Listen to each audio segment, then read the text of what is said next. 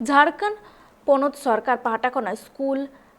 साक्षारित mission अभियान कमीहरा एतहबेना ओना अभियान होते अतु टोठारेन गिदरा को स्कूल सेटे लगिते अडी नापाय हुआ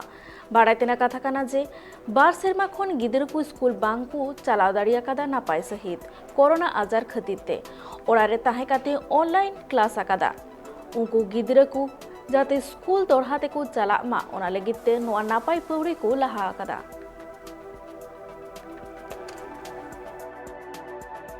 दो साल कोविड के वजह से लोग ऑनलाइन मोड में गए थे, स्कूल्स बंद थे, तो इन्हीं को थोड़ा सा रेगुलर मोड में लाने के लिए हमने ये अभियान शुरू किया। सरकार द्वारा ये शुरू हो गया है, इसीलिए इन कार्यशालाओं का आयोजन किया है ताकि आप डिफरेंट एक्टिविटीज़ टेकअप करें। कुछ ना कुछ एक्टिविटीज़ जब स्कूल्स में चलती रहती है और सारे